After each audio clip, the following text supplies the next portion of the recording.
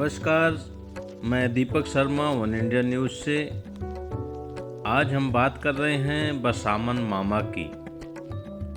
शायद ही ऐसा कोई होगा जो बसामन मामा को न जानता हो। बसामन मामा की कहानी एक ऐसी घटना पर आधारित है जिसमें उन्होंने पर्यावरण और पेड़ों की सुरक्षा के लिए अपने जीवन की आहुति दे दी थी। बसामन मामा का जन्म मध्य प्रदेश के रीवा जिले के सिमरिया विधानसभा के कुम्हरा गांव में हुआ था। उनका असली नाम ब्रह्मदेव शुक्ला था।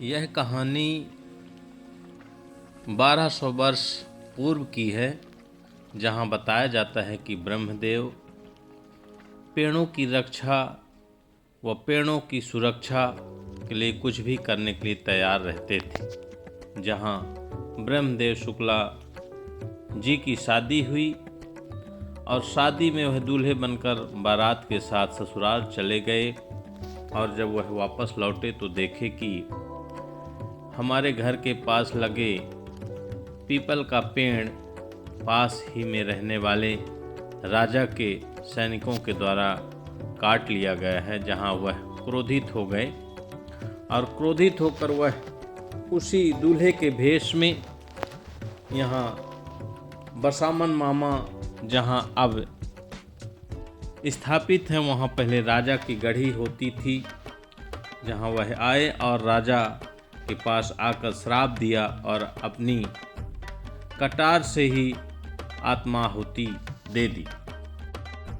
आज बसामन मामा पूरे देश में प्रसिद्ध है, जहां बताते हैं कि बसामन मामा के दर्शन मात्र से सभी मन्नतें पूरी होती हैं।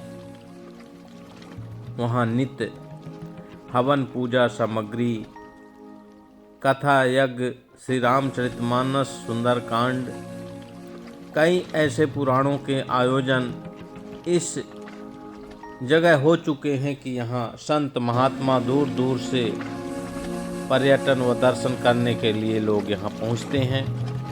बसामन मामा की बहुत ही अद्भुत कहानी है, जहां आप स्वयं देखकर और दर्शन करके स्वयं अपने जीवन को धन्य बना सकते हैं।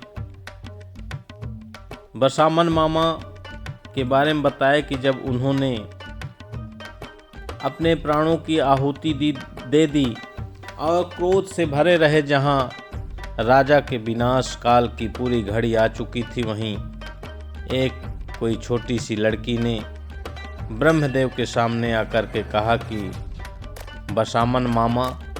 जैसे ही उन्होंने यह आवाज़ सुनी, वह क्रोध से शांत हो गए और वहीं पर अपनी समाधि ले ली, जहां आज भी यह पीपल का पेड़ उनके चबूतरे के पास निर्मित है, जहां लोग आते हैं और अपना मत्था टेकते हैं। यह बसामन मामा का स्थान तमस नदी के किनारे है, जो सुप्रसिद्ध स्थलों में वर्तमान समय में जाना जाता है।